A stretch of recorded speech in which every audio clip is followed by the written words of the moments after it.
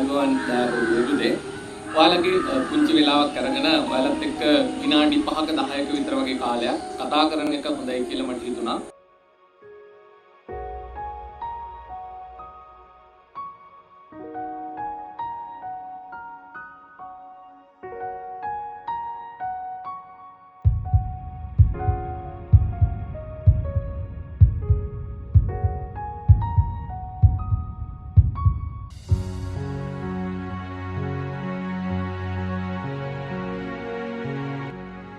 ආයිබෝවන් මේ වීඩියෝ එක නරඹන හැමෝටම. ඉතින් බොහොම සතුටෙන් බොහොම ආසාවෙන් කරන වීඩියෝ එකක්. ඉතින් මගේ පැත්තෙන් ගත්තොත් නම් මට ගොඩාක් වැදගත් වීඩියෝ එකක්. මගේ පැත්තෙන් විතරක් නෙමෙයි ලංකාවේ ඉතිහාසය ගත්තාම ඉතින් මේක ඓතිහාසික වීඩියෝ එකක්. අවුරුදු 2500ක ඉතිහාසයටම. අපෝ එතකොට ඔයාලා හිතන්න පුළුවන් මොකද්ද මම මේ කරන්න යන්නේ ඒ තරමට වැදගත්ම දේ කියන එක. මගේ අතේ තියෙනවා මෙන්න මේ දේ. තවත් විදිහට කියනවා නම් YouTube එකේ සිල්වර් බටන් එක හම්බ වුණා. ඒ බටන් එක අන්බොක්ස් කරන්න තමයි හදන්නේ.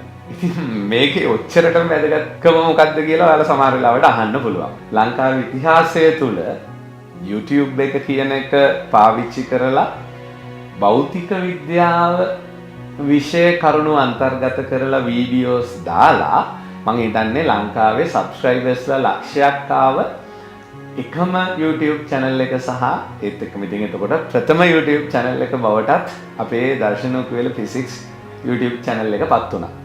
ඉතින් ඒක හින්දා තමයි මම කිව්වේ ඒක බොහොම සතුටුයි බොහොම ආසාවෙන් කරන වීඩියෝ එකක් කියලා. ඉතින් පොඩි කරුණු කාරණා කීපයක් මේක අන්බොක්ස් කරන්න කලින් මම අපේ අතීතය කොහොමද ගෙවුනේ අද වෙද්දී අපි කොතනද ඉන්නේ ඒ වගේම මේකත් එක්ක අපි තව අනාගතයේ අලුත් දෙයක් කරන්න බලාපොරොත්තු වෙනවා ඒ දේ ගැන චූටි දැනුවත් කිරීමක් කරන්න. ඔව් ඉතින් මෙහෙමයි. පළවෙනි දේ මට හොඳටම මතකයි. මේක අර හැම අඳුරු වලාවකම රිදී රේඛාවක් තියෙනවා කියලා කියනවානේ. අන්න ඔය වගේ කොවිඩ් නිසා තමයි මට මේ YouTube channel එක හම්බ වුණේ. කොවිඩ් එක අපේ පන්ති අපි නැවැත්තුවා. ඒක නවත්තන්න සිද්ධ වුණා. එහෙම නවත්තන්න සිද්ධ වෙලා මේ ඉතින් ඊට පස්සේ දරුවන්ව ආමන්ත්‍රණය කරන්න අපිට ක්‍රමයක් තිබ්බේ නැහැ. මුලින්ම ඉතින් මම කරපු දේ තමයි මට හොඳට මතකයි Facebook එකේ අපි දැම්ම papers දාලා ඉතින් අතින් විවරණයක් දාලා ඒකත් ඉතින් ඔන්න Facebook එකට දාලා ඉතින් ඔන්න අපි සති කීපයක් මේ වැඩේ කරගෙන ගියා. එහෙම කරගෙන ගියාපුවම ඉතින් දරුවන්ගෙන් අර මම දරුවන්ට නම්බර් එකක් දීලා තියෙනවා අවශ්‍ය වෙලාවල් වලට කන්ටැක්ට් කරන්න. ඉතින් ඔන්න ඒකට දැන් එනවා දුක් අඳුනා දුක් කියන විලි ගොඩක් එනවා සර් අපිට දැන් වැඩ කරන්න හිතෙන්නේ නැහැ. මොකද අපි කරන්නේ කියන එක. ඉතින් ටියුෂන් කියලා කියන්නේ ඇත්තටම අපේ ජීවිතෙන් කොටසක් නෙමෙයි. يعني ජීවිතේම වගේ තමයි ඉතින්.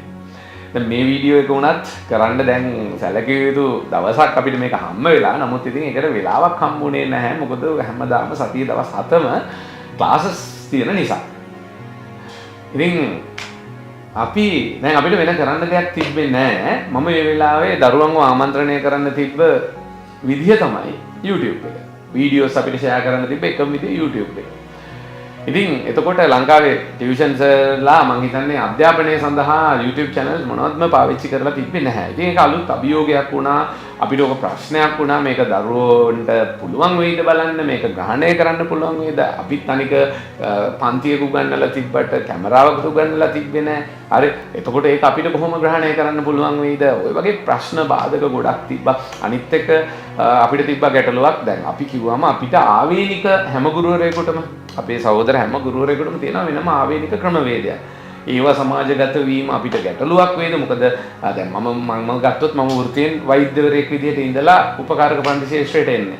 ඉතින් මේක තමයි දැන් අපේ සරල වියොත් ස්වයං රැකියාව නේද? ඉතින් ඒකට තර්ජනයක් වේද? ඔය වගේ දේවල් ගොඩක් දේවල් අපි හිතුවා. මට ඊට පස්සේ ඉතින් හිතුණ දේ තමයි ඔය මොන දෙයකටත් වඩා වැදගත්ම දේ තමයි දරුවන්ගේ අධ්‍යාපනය කන්ටිනියු කරන්න ඕන කියලා. ඉතින් එතකොට අද සමහරවිට ඔබ මාව අඳුරන්නේ ලංකාව පුරාම අපි ඔන්ලයින් ක්ලාසස් උත් කරන ෆිසිකල් ක්ලාසස් වගේම ඔන්ලයින් ක්ලාසස් උත් කරන ගුරුවරයෙක් විදිහට. නමුත් ඒ කාලෙ වෙද්දි මේම ඔන්ලයින් ක්ලාස් එකක් අපිට කරන්න පුළුවන්ද කරන්න වෙයිද කියන එකක් අපි කවදාවත් හිතලා තිබ්බේ නෑ. මම නිකන් සමාජ සත්කාරයක් විදිහට හරි අපේ දරුවන්ට ඊළඟට උගන්වන්න තිබ්බේ ඇත්තටම මට චුම්බක ශේෂ්ත්‍ර කියන පාඩම. චුම්බක ශේෂ්ත්‍ර කියන පාඩම උගන්වන්න තමයි ඉතින් මම මේක ආරම්භ කරේ. ඉතින් මේ චුම්බක ශේෂ්ත්‍ර පළවෙනි වීඩියෝ එක කරා මට අද වගේ හොඳට මතකයි. ඉතින් මේ වීඩියෝ එක කරන්න කලින් අපි මෙහෙම එකක් කරනවා කියන්න අපේ අර ගෙදර පල්ලෑ පොඩි පොකුණක් තියෙනවා. ඒ පොකුණ ළඟට ගිහිල්ලා මම වීඩියෝ එකක් කරා. ඒක තවමත් YouTube channel එකේ තියෙනවා. ඒක දකිද්දි දැන් අද නිකන් මොකද්ද වගේ. හරි.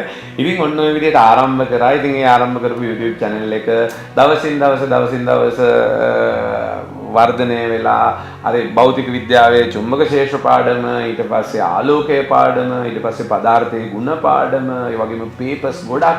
ඉතින් ගොඩාක් දේවල් අපි දරුවන්ට තිලින කරා. ඉතින් මං හිතන්නේ YouTube එක එහෙම නැත්නම් සමාජ මාධ්‍ය හොඳ දේවල් වලට අපිට භාවිතා කරන්නට පුළුවන්. ඉතින් අන්න ඒකේ ප්‍රතිඵලයක් විදිහට ඔන්න අපි දැන් මං හිතන්නේ අද දවසේදී මම මේ වීඩියෝ එක කරන්න කලින් පොඩි වෙලාවකට කලින් බැලුවා. දැන් ඉතින් අපි ඉන්නවා 1,11,000ක සබ්ස්ක්‍රයිබර්ස්ලා ප්‍රමාණයක්. ඉතින් හරිම සතුටුයි. හරිම සතුටුයි. දැන් මගේ YouTube channel එකේ බොහෝ දුරට ඉන්නව ඇත්තේ මගේ පන්ති එන හෝ නොයන ලංකාව පුරා ෆිසික්ස් ඉගෙන ගන්න දරුවෝ තමයි ගොඩක් දුරට ඉන්නේ. ඉතින් හරිම සතුටුයි.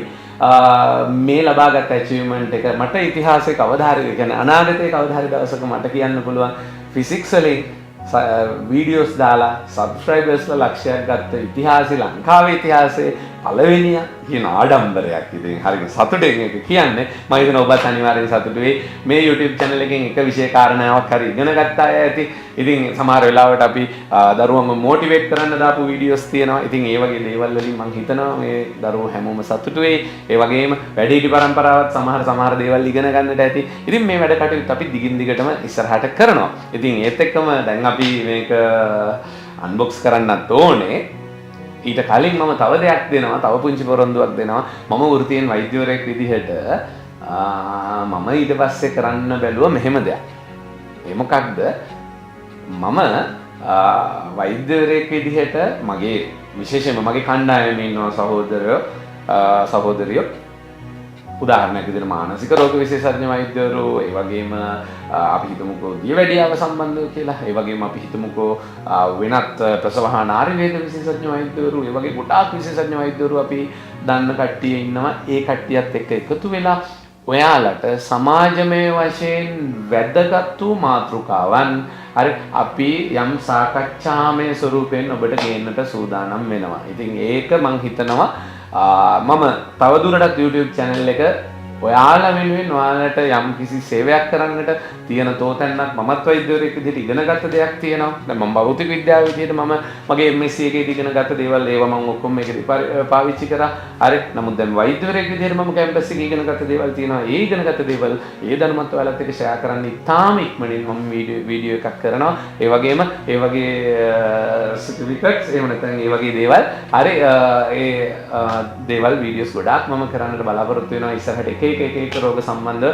ඒත් එක්කම ඉතින් අර වෙනදා කරන්නා වගේ දිනපතාම අපේ භෞතික විද්‍යාවේ ගැටලු ප්‍රශ්න පත්‍ර සාකච්ඡා කිරීමත් ඉතින් කරන්නට සූදානම් වෙනවා. හරි. එමනම් මම හිතනවා කිව්ව කරුණු කාරණා ඇති කියලා බොහොම සතුටින් කියන එක මූණෙන් පේනවා ඇති. හරි. එමනම් අපි පොඩ්ඩක් ඉතින් බලමු නේද අපේ සිල්ල බටන් එක මොන වගේද කියන එක. හරි. මේක තමයි ඉතින් සිල්ල බටන් එක. අපි මුලින්ම හරි. එහෙමනම් මේ විදිහ තමයි විස්තරේ. අපි බලමු පස්සේ මොනවද මේ තියෙන්නේ කියලා. හරි. මේක තමයි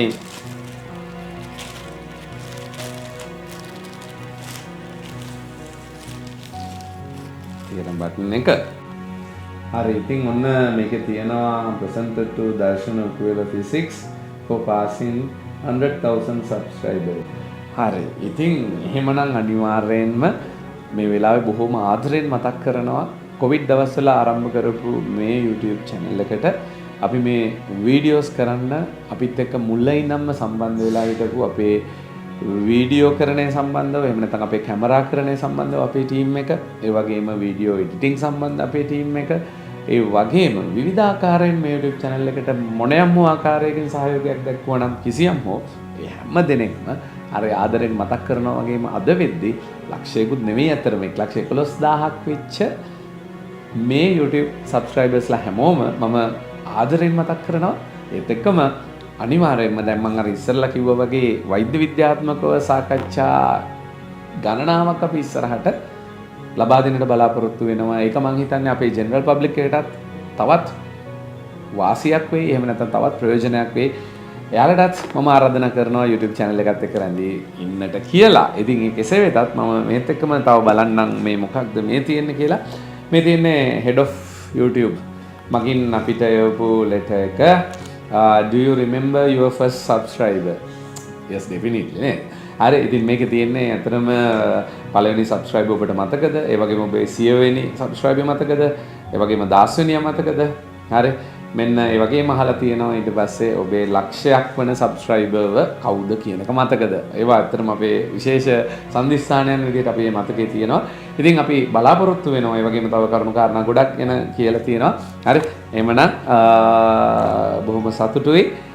මේ වැඩ කටයුත්ත අපි දිගින් දිගටම මේ විදිහටම ගුණාත්මකව මේ වැඩ කටයුත්ත කරගෙන යමු. ඉතින් මේක මට නිකන් වෙලාවකට හිතනවා වෛද්‍යවරයෙක් විදිහට ආරම්භ කරපු ගමන මොකද ගුරුවරයෙක් බවට පත් වුණා. ඒත් එක්කම දැන් අන්තිමේට නේද YouTube කෙනෙක් බවට පත් වුණාද කියලා. ඉතින් ඒක කෙසේ වුණත් අපේ තිබ්බ අභිප්‍රාය එහෙම නැත්නම් අපේ අභිමතාර්ථය තමයි දරුවන්ට සේවයක් කරන එක. ඒක තමයි මේ YouTube channel එක ආරම්භ කරන්න පළවෙනිම චේතනාව. ඉතින් චේතනාහම් භික්කවේ කම්මං වදාමි කියනවනේ නේද? අර ඒක කෙසේ වෙතත් මේ චේතනාව මම හිතනවා හරි අපිට සාර්ථක කරගන්නට හැකියාව ලැබුණා. ඉස්සරහටත් මේ වගේ දේවල් ගොඩකින් අපි YouTube channel එකත් එක්ක හම්බ වෙමු. එමනම් මම නවතින්නම්. ආයිබෝවන්.